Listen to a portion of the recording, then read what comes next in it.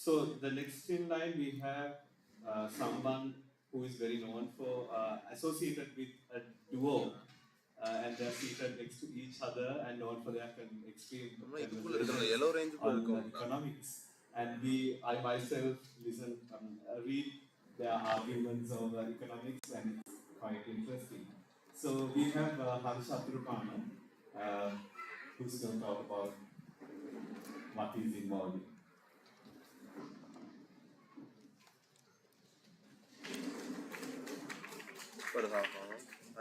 So thank you very much. While this PowerPoint presentation may or may not come up, let me say, sorry, I'm moving out because there is light, there is a glare. Generally, outside of focus, in Christian circles, I am known as Jennifer's husband. Very gender affirming. Okay, it's up. So one other thing, for many of you who may not know me, I am from that founding generation of Focus. So we were the group that was the first generation of Focus. Vinod actually came in our time to the university ministry, and along with a few others, I'm not necessarily going to mention their names because you may then start speculating on their ages, and there were some ladies in that group. I was at the meeting where the name Fellowship of Christian University Students was officially adopted. So there we are, one of the part of the genesis of Focus. So I'll just ask you, while I'm going to mention what I am trying to do, to also just reflect on what Sachi also mentioned yesterday about the importance of work, because that's what we are talking about. So work is meant to be the service of God. Work is meant to be the service of humankind. In earlier generations, we said service of man, but now we say service of humankind. And thirdly, it is expected to be personally fulfilling. Please, next. Okay.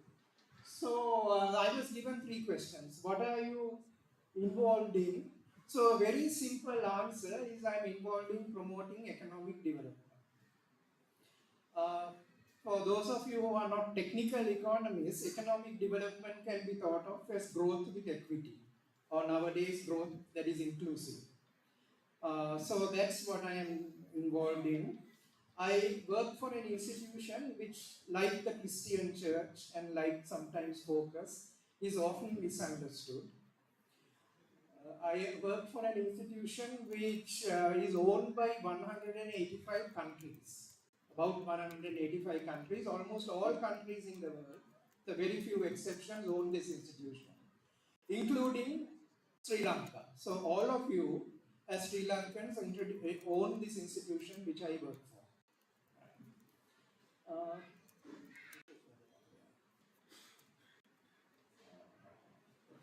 No. Sorry? Oh, okay, let's go back. It is an institution called the International Bank for Reconstruction and Development. It has 5 members. So the International Bank for Reconstruction and Development is the original member. Subsequently, there came another member called the International Development Association. The third in historical sequence is called the International Finance Corporation, and then the Multilateral Investment Guarantee Agency, fourth, and very recently the International Center for the Center for the Settlement of International Development. So those are the 5 agencies. The original IBRD was set up in order to promote, or not to promote, but to finance the reconstruction of war-torn countries after the Second World War. So the idea was that the institution would raise money on international bond markets at concessionary rates because it is supported by so many countries. So the institution's risk level is very low. So those of you who are in banking and finance can understand bonds floated by this institution would come in at very low rates and could be used to finance activities in countries. So the reconstruction of countries come from here. The very first financing was provided to France because France was destroyed by the Second World War. Also other countries, Germany, Japan, much of Western Europe, the reconstruction was financed by the IBRD. Then over time in the late 1940s and 50s, countries that were colonies started becoming independent. And then some of the wealthy countries gave money to this institution to help develop the poor countries of the world, the former colonies. So Sri Lanka has been a member of this institution since 1950. 6 years before we became a member of the United Nations. We became a member of the UN only in 1956, but were a member of IBRD from 1950. And the very first project in Sri Lanka financed by the IBRD was the Galloya irrigation dam and the electricity in the eastern province. Right? So the famous Galloya dam, that was the first, 1954. There are many other famous projects that many of you would know. So some of you in an earlier generation would have heard about the Japanese bullet train. So the Japanese bullet train was financed by IBRD when, or AIDA, one of the two. The Changi airport in Singapore, some of you would have been to Singapore, the Changi airport was financed by this institution. The Maldivian Vilanagi International Airport was financed by this institution. The famous shipyards of South Korea were financed by this institution. And the Chinese, when they first came for financing around 1995, wanted help in higher education. So like that, it's very diverse. Then, so now you have an idea of what the institution does. And what am I involved in directly? So we do two things. One is we generate knowledge and share that knowledge. So that means we do research into development and then share that knowledge on whatever the topic was. It could be climate change, it could be many topics across countries and help countries share experiences with each other. So most recently, we were sharing some experiences between Sri Lanka, at least what I was organizing, between Sri Lanka and Armenia, which is the first Christian country in history. The Armenian king was the first king or ruler who became a Christian and adopted Christianity as the official religion of that country. The Emperor Constantine converted or became the emperor a few years later. And then, of course, the Roman Empire became a Christian country. Christian Empire. And then we also provide, as I mentioned, very low-cost financing. So the IBRD window is through floating international bonds. The IDA, International Development Association, is where other countries give money to be given to poor countries. So the largest contributor is the US, followed by Japan, and then some of the Western European countries, Germany, France, the UK, but also other countries. China is now an important contributor, India is an important contributor because they are grateful for how their countries benefited when they were poor and would like to now help other poorer countries. So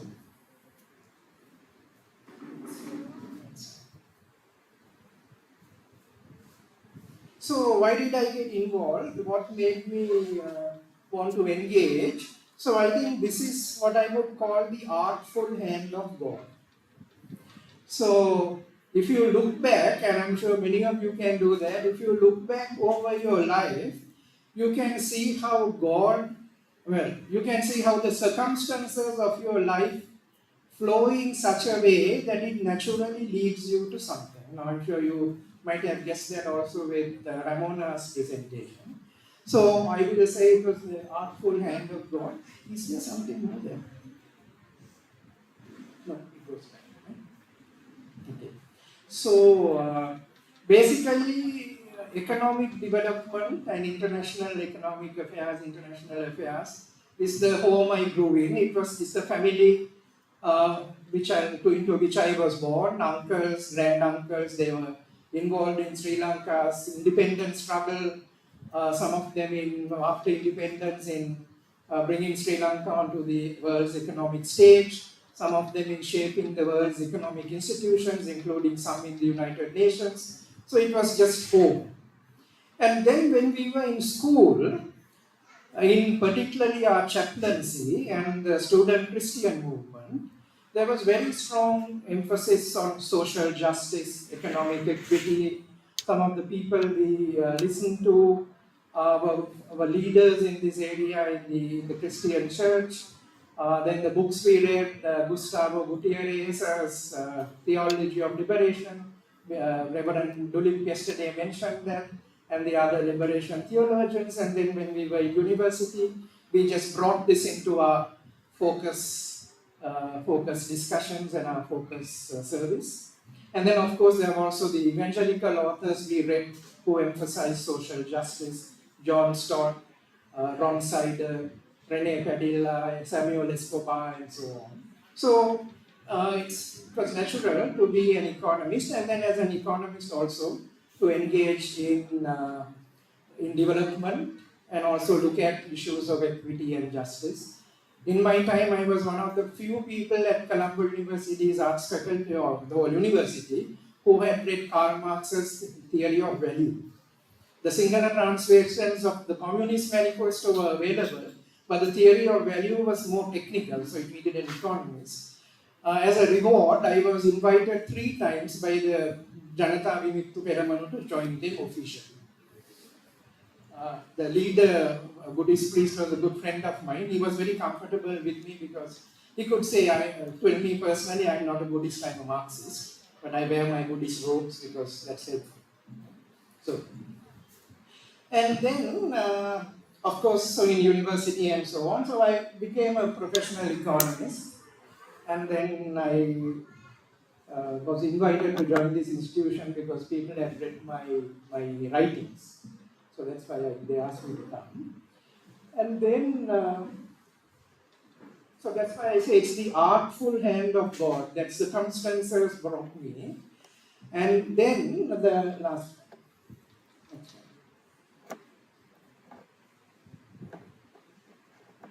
So the last one, how do I see this contributing to the kingdom of God? By transforming society. So the key area I work in is in promoting education.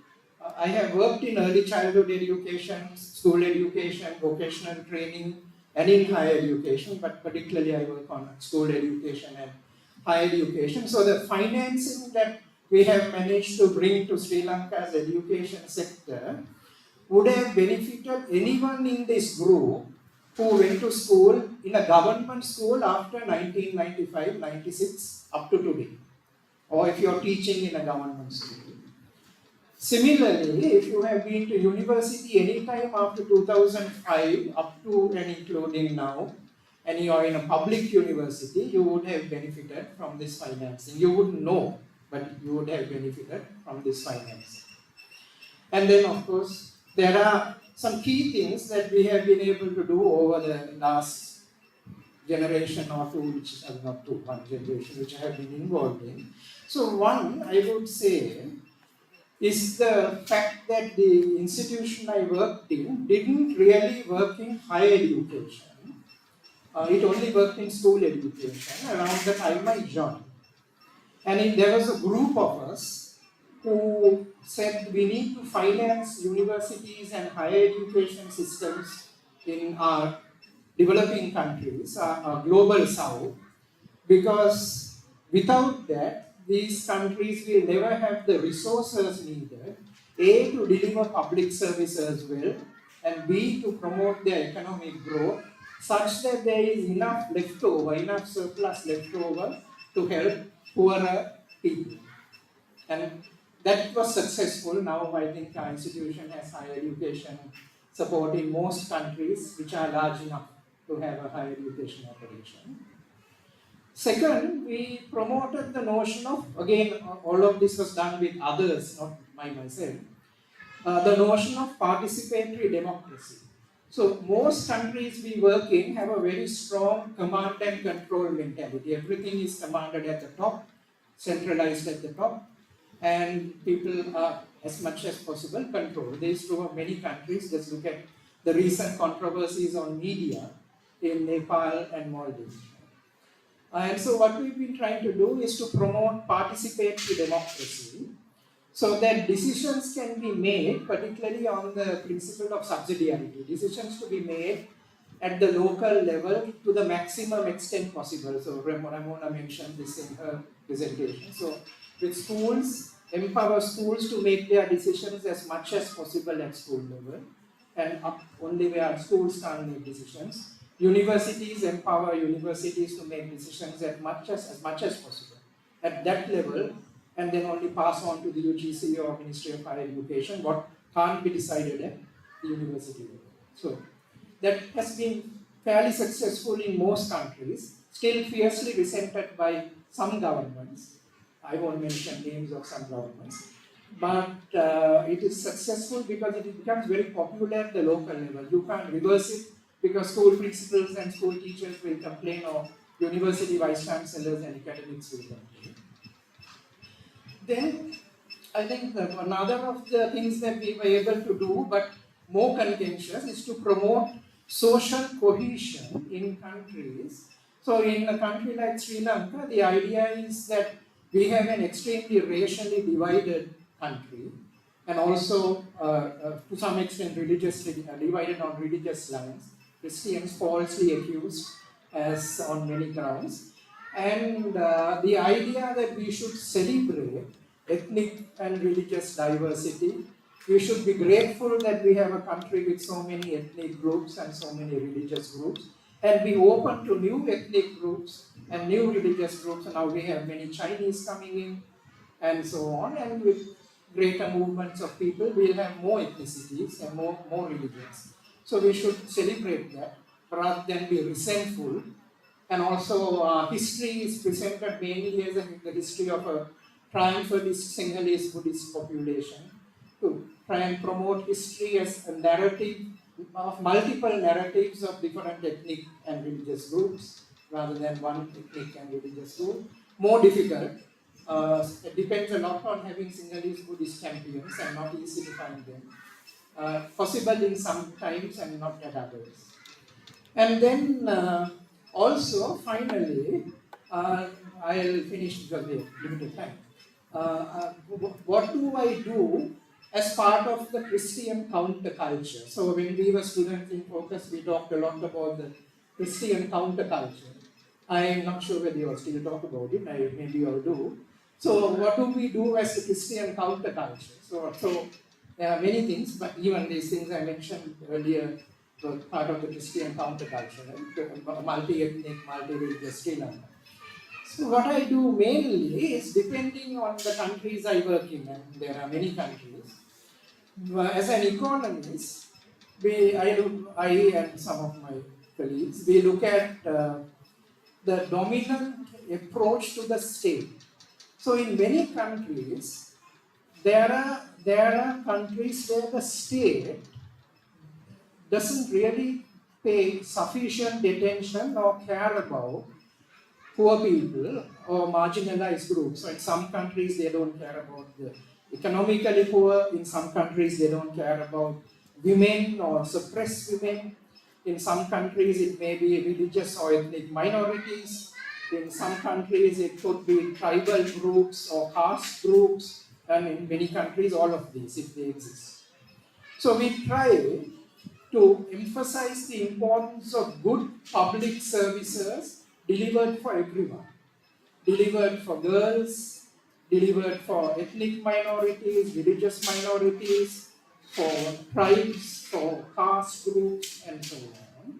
So that is part of the Christian counterculture. Good health, good education, proper social protection systems for all people, not just the dominant majority or just males.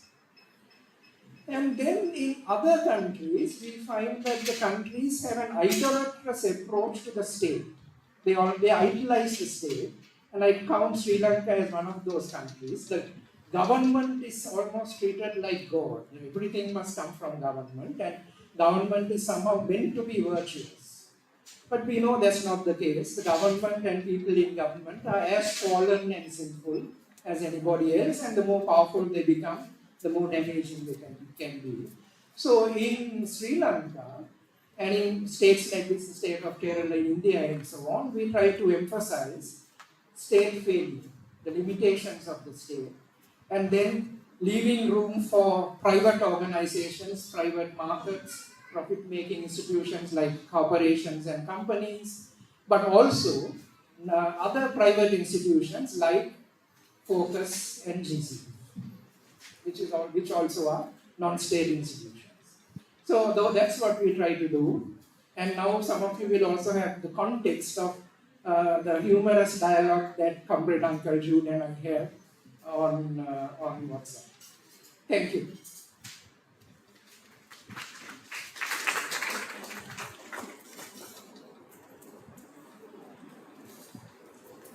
Thank you, Harsha, for sharing your contributions as a professional economist in the sector of education, not work together. So that's Dilanka Fernando. May I invite Dilanka to come forward?